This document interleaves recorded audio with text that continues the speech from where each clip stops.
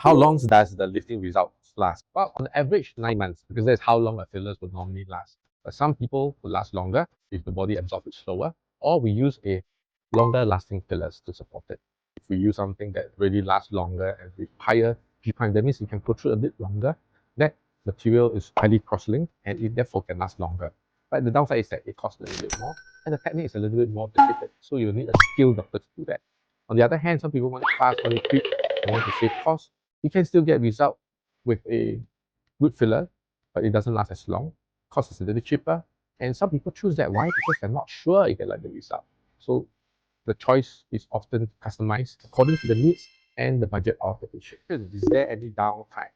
Or normally, no. Normally, it's just if you puncture wound and you can still go on doing whatever you're doing, but you will not be able to do strenuous activities for 48 hours because you do not want any dirt to get into the puncture wound, right?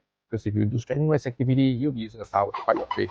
How clean is the towel? I'm not sure. So we will say, let's avoid anything too strenuous and avoid touching it for the next 48 hours.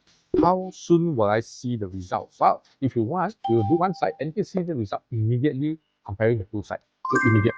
How many sessions are needed? Well, typically just one. You'll be able to see on one side once we have done it to see if the result is good enough before we do the other side.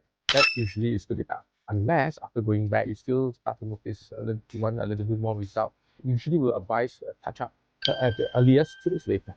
Not too early, not 2 weeks to take a look if there's a need for touch up. But most people will just need one time.